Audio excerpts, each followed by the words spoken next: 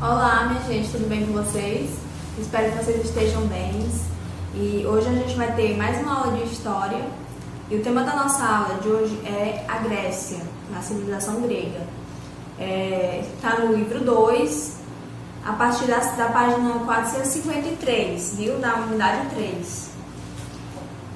Então, gente, a gente vai ver hoje um pouco sobre essa civilização grega, né? O iníciozinho da civilização grega. E os objetivos da nossa aula: diferenciar escravidão, servidão e trabalho livre no mundo antigo, baseado na BNCC. Esses são os objetivos da nossa aula, né? Diferenciar escravidão, servidão e trabalho livre no mundo antigo, baseado nas habilidades da BNCC. Então, gente, as primeiras civilizações da Grécia, né, começaram a se desenvolver na Península Balcânica, né? Essa península foi o centro da civilização grega, e é uma região que ela é delimitada de um lado pelo mar Mediterrâneo e do outro lado por uma região de montanhas rochosas, né? Então ela fica entre o mar Mediterrâneo e uma região de montanhas e despenhadeiros, né? E nessa região tem alguns vales férteis.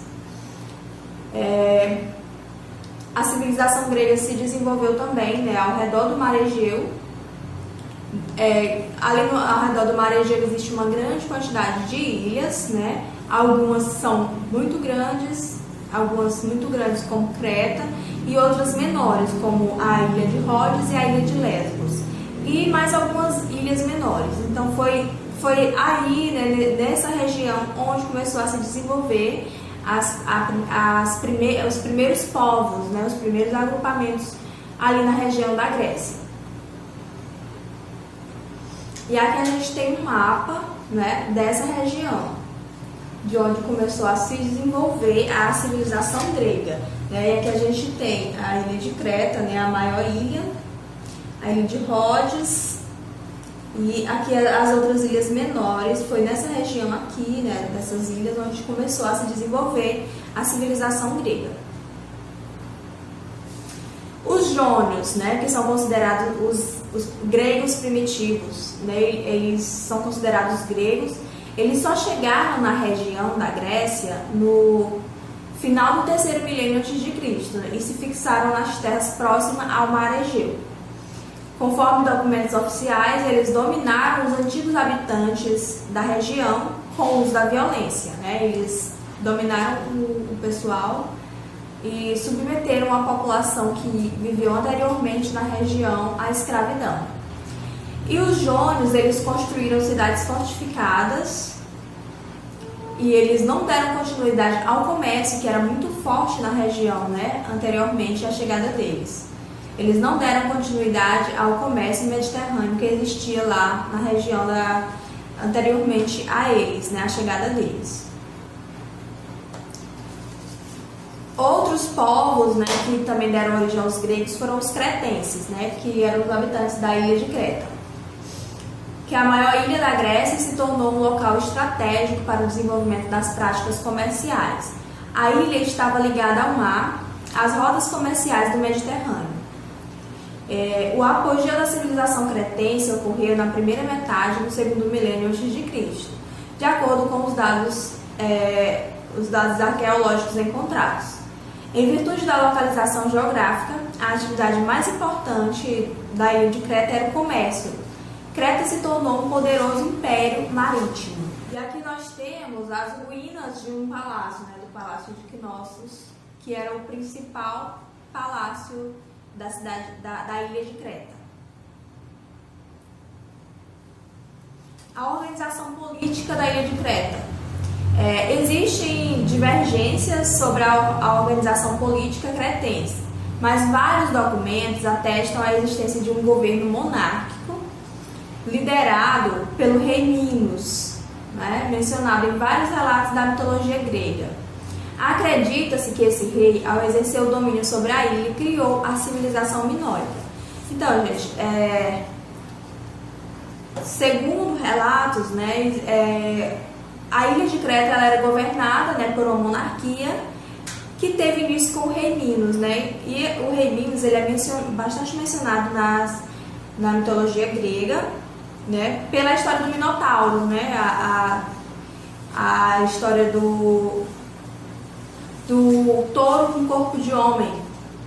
Um dos mitos gregos mais conhecidos teve origem nessa ilha, né? Na ilha de Creta. E ele teria acontecido por causa de uma desobediência do rei Minos, né? O Poseidon, que é o deus dos mares, havia pedido para o rei Minos sacrificar um touro, né? Um touro muito bonito. E ele, quando viu o touro, achou o touro muito bonito e não quis sacrificar. Então ele resolveu sacrificar outro touro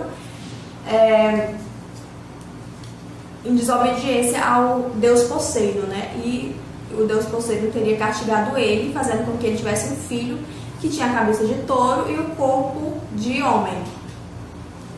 Então essa é um mito bastante mencionado nos relatos gregos.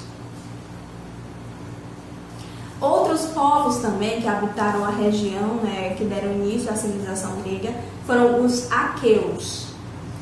Por volta do ano 2000 a.C., esse grupo, que era um grupo seminômade de origem europeu, migrou para a região em busca de terras férteis para as suas plantações. A cidade de Atenas era Aqueia, né? A cidade de Atenas, que é uma das principais cidades que deram início à civilização, né? Era de origem aqueia e foi responsável pelo domínio de Creta. Então, os aqueus dominaram Creta. Os aqueus desenvolveram uma civilização centrada nos palácios, conhecido como micênica, né? A civilização micênica. Nesses reinos, o poder monárquico concentrava riquezas, as quais eram protegidas por muralhas, que eram chamadas de acrópolis. A expansão militar dos aqueus para o mar em busca de novas terras gerou a lendária guerra entre gregos e troianos. Gente, a guerra, a famosa guerra que tem em romances, tem em filmes, né, em séries, é lendária, porque não existe nenhum documento que comprove que realmente aconteceu, né?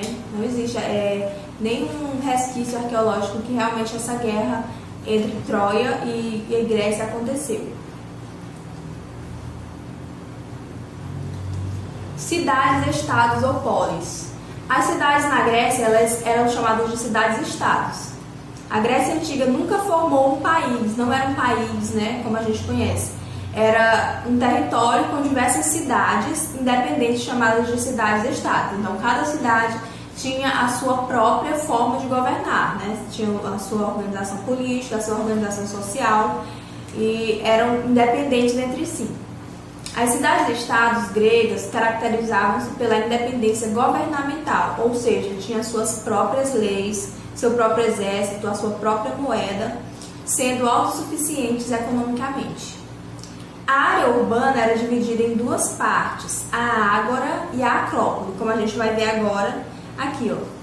As cidades eram dessa forma aqui era... Então, gente, as cidades-estados gregas, elas eram divididas dessa forma aqui, né? Aqui, onde tem essa parte mais alta era a ágora, né? Que era a parte mais importante da cidade, e aqui ao redor era chamada de acrópole. E também tinha as áreas rurais que ficavam fora dos muros, né? Como a gente pode ver aqui, ó, que eram as áreas rurais. A sociedade era baseada num sistema de coletividade, de indivíduos submetidos aos mesmos costumes fundamentais e unidos por um culto comum às divindades protetoras, né? Então, o que unia o povo era um culto comum às divindades, né, que faziam parte da cultura grega. Nobres, escravos, servos, trabalhadores livres, artesãos e pequenos proprietários eram que formavam a sociedade grega, das cidades-estado grega. Os habitantes que cumpriam deveres e exerciam direitos associados ao viver na cidade eram chamados de cidadãos. Mas, gente, só era cidadão homens livres, né? Os escravos, as mulheres, os servos não eram considerados cidadãos. Era uma cidadania seletiva. E agora a gente vai ver as principais polis, né, as principais cidades-estados da Grécia Antiga, né? Esparta, que era localizada em uma região montanhosa e possuía depósitos de minerais, o que constituía uma importante fonte de recursos para os espartanos. E todos os homens de Esparta eram guerreiros, todos eles eram guerreiros. A estrutura social espartana era muito rígida, de modo que a educação das crianças tinha um papel fundamental na transformação dos homens em guerreiros. Então, a partir dos 7 anos de idade, os meninos eram tirados das suas mães e eram levados, né, para serem inseridos em tropas militares. E as crianças que nasciam com alguma deficiência física, elas eram descartadas, elas eram jogadas fora, eram mortas, porque elas não serviriam para serem guerreiros, né? Não serviriam ao Estado. E aos 20 anos, né, os homens em Esparta, eles adquiriam alguns direitos políticos, só a partir dos 20 anos de idade. E aos 30 eles poderiam casar, né, somente aos 30. E depois que eles casavam, eles conseguiam uma certa independência, né, em relação às atividades militares, né? Eles continuavam sendo guerreiros, mas eles adquiriam uma certa independência. E aos 60 anos eles estavam livres das obrigações militares. Então eles, a partir dos 7 anos de idade, eles já eram levados para servirem, né, aos serviços militares do Estado e só estavam livres com 60 anos de idade. Outra polis importante foi Atenas, gente, né? Uma grande cidade que era localizada na região da Ática. E o solo de Atenas, ele não era muito fértil, né? Tinha um solo pouco fértil.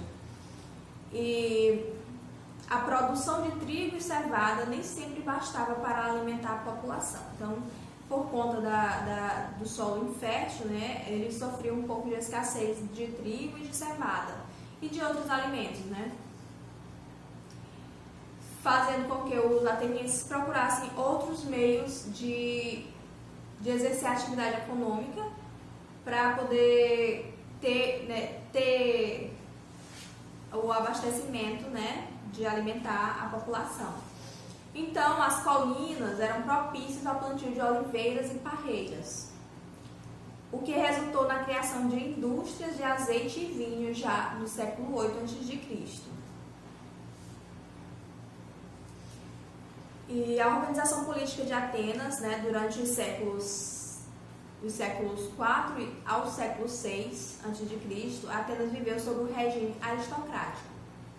Até os séculos 7 e 8, o poder político era controlado por uma elite aristocrática que detinha a maioria das terras férteis de Atenas, né, que eram chamados os eupátridas ou os bem-nascidos, que era a nobreza, né, as pessoas que nasciam já dentro da elite, né, dentro da nobreza.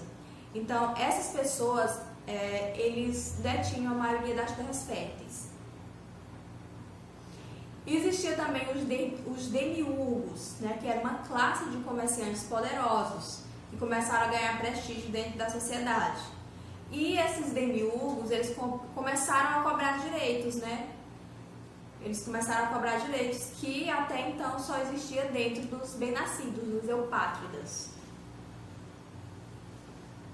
Foi aí que começou a ocorrer uma série de transformações, né, na polis de Atenas.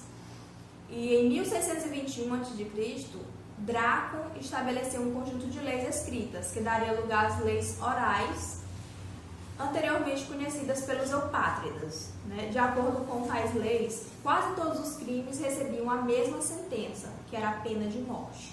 Então, para quase todos os crimes, a sentença era a mesma, pena de morte. Solon foi outro legislador importante. Iniciou uma reforma de estrutura social, política e econômica, favorecendo os aristocratas, os pobres e os endividados. A abolição sistêmica da escravidão por dívidas foi uma ação bastante revolucionária na sociedade ateniense. Cultura da Grécia Antiga. O desenvolvimento da ciência e das artes confere grande importância para a história da Grécia, né? E E o teatro também foi uma coisa muito importante, que é de origem grega também. A palavra história também é de origem grega. E a escultura também, né, é um legado grego também, que foi deixado para nós aí pela civilização grega. E o teatro, gente, é importante a gente falar, né, que o teatro grego, ele só podia ser exercido por homens, né? As mulheres não podiam participar do teatro. Então, os homens faziam toda a apresentação teatral, né? E quando apresentava dentro da peça tinha personagens femininos, eram os homens também que se vestiam, né, de figurino feminino para poder apresentar, porque não era permitido às mulheres participarem do teatro. Então, gente, essa foi a nossa aula de hoje. Na próxima aula a gente vai ver um pouco sobre Roma, né? E depois a gente vai se aprofundar melhor nesse tema, né, da Grécia e de Roma também. E até a próxima aula e muito obrigada por ter assistido.